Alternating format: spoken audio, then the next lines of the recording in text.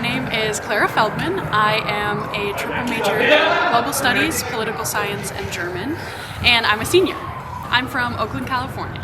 I studied abroad in Berlin, Germany for the past year, and I studied German primarily, but also international relations.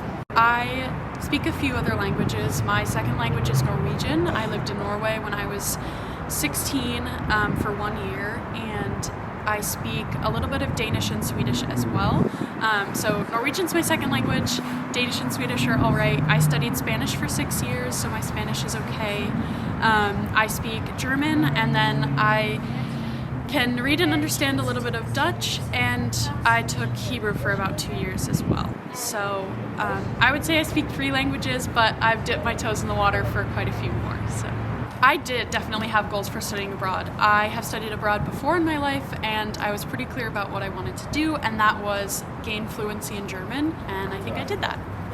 My daily practices definitely changed, primarily because I moved to Germany's largest city.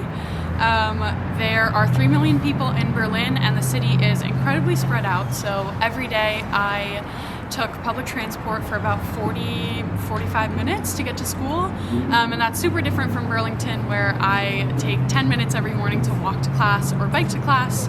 I loved taking public transport in Berlin. I took 2 trains and a bus and a tram, so it was awesome, but definitely a large change in my schedule. My free time, I went to a lot of public parks. Berlin is one of the greenest cities in the world. I spent a lot of time outside, and I went to a lot of museums and art shows. There's a lot of public work, which is really awesome. It's a super historical city, so I did a lot of historical activities. I traveled around a lot as well. Luckily, being in Central Europe, the train systems are wonderful, and I got to see a lot of cool stuff. Yeah, definitely take that risk, do it.